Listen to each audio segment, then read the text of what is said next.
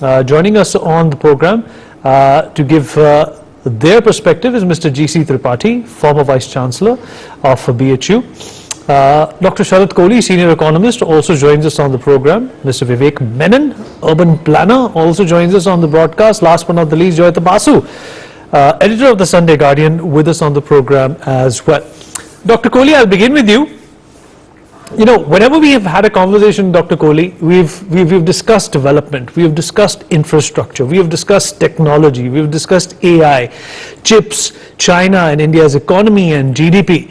You know, Kashi, is a very small example, a microcosm of an example when it comes to, how development can start from a point where there was no development 10 years ago, and go to the extent of wooing almost everybody in this part of the country to be, enthralled by what the Prime Minister and the BJP has done in the last 10 years.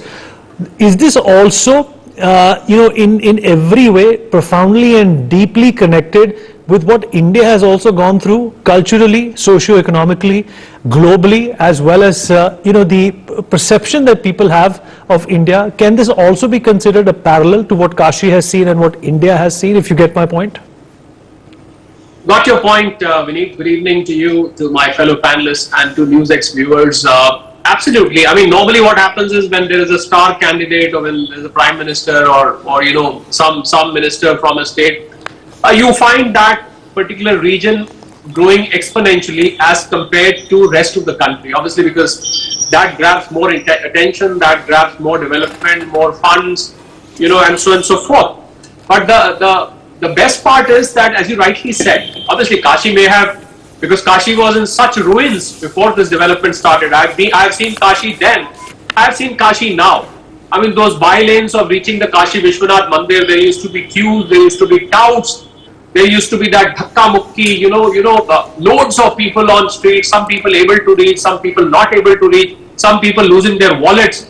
It was an absolute chaos, although the sanctity of the place was the same. I mean, Kashi Vishwanath Mandir was there then, Kashi Vishwanath Mandir is there now. But how you reach the mandir was a different story altogether. Then I had the privilege of visiting the new corridor also as well. And a very simple example, I spoke to some of the traders there, around the place, around the streets, within 2 kilometers. Wherever I went, I spoke to them. One common answer which I got from all of them was that our business has grown 10 times. And why has it grown 10 times? Because the number of people who come, people are not scared to go now. Some of the people who are used to this pushing and, falling down here and there on the streets, well, some people don't mind. But most people do mind. They cannot visit the place. They know the place, the deity they want to visit. They cannot go and even stand for 1 second there at peace. Then probably I would think twice. I'm better off not going, or I like to postpone it to some other season when there is no crowd. Although there was hardly any season when there was no crowd. Now what has happened is that Prime Minister's candidature from there has not just propelled the development, but we should keep in mind that Prime Minister is not a candidate from every part of the country. So for the people who say that, just because Prime Minister is the candidate, so Kashi has seen exponential development. That's not true. Because this is reflected in India's GDP, in India's overall growth. Pick up one sector and I can give you a lecture on that sector. Pick up any, whether it is agri sector, whether it is industrial sector, whether it is mining, whether it is any sector for that matter. The rural sector, every sector has seen growth. Now, as far as the Prime Minister is concerned, now here Prime Minister is playing a dual role. I remember what you just said, that he said, my Chief Minister is Yogi Adityanath and I am his candidate. So he's got a double role as a member of parliament from that region. Apart from that, he's the Prime Minister. So he's very rightly played both his roles. As a elected member of parliament from that place, it is his responsibility to see that the place get developed. And in fact, this is the responsibility of all parliamentarians. Why should only the Prime Minister as a candidate? Every parliamentarian must ensure. I'm sorry to say, but I know some parliamentarians who never visited the place after their win. They never went back there. Even if they went in guest appearance. But even if you are not going, you can at least ensure that adequate funds are used for the purposes for which they are needed. But unfortunately, For many of the parliamentarians, that did not happen. Prime Minister has done his duty as an elected member of parliament from that place by developing that place. Now the second role, as a Prime Minister, he's developed the entire country. So if somebody says just because he was the Prime Minister, this became a VIP constituency, I'm afraid I don't agree with them, because that was the case if only Kashi had seen development. Well, look at the rest of Uttar Pradesh. There is a film city coming up. There are expressways coming up. We just see what happened in Ayodhya.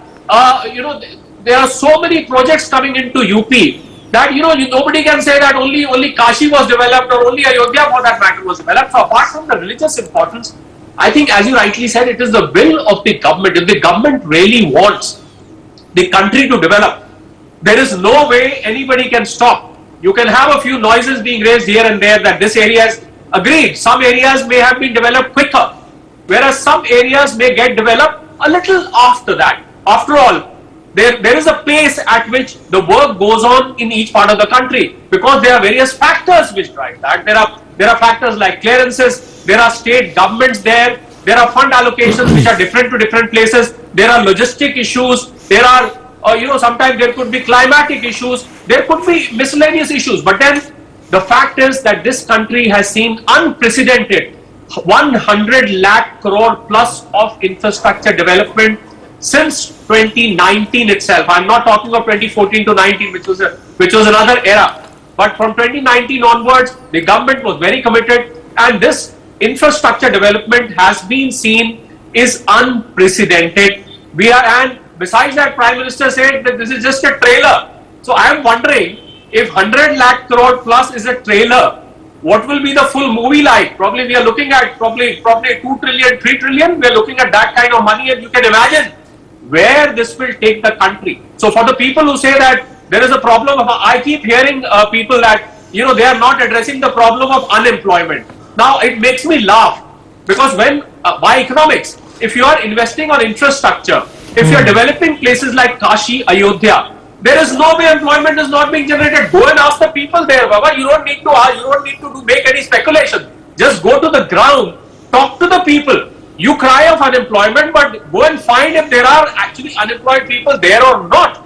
You're just making speculations in the air. So fact of the matter is that Kashi is transformed. Kashi is a different place. People are happy. Businessmen are happy. There are hardly any unemployed people, and Kashi is also serving its surrounding areas. It is helping develop the entire region. Unfortunately, sir, we have run out of time. I appreciate everyone who joined us, and I know there were a lot of things that the other panelists wanted to say, but we'll accommodate them at a later date. We'll take a short break. Be right back.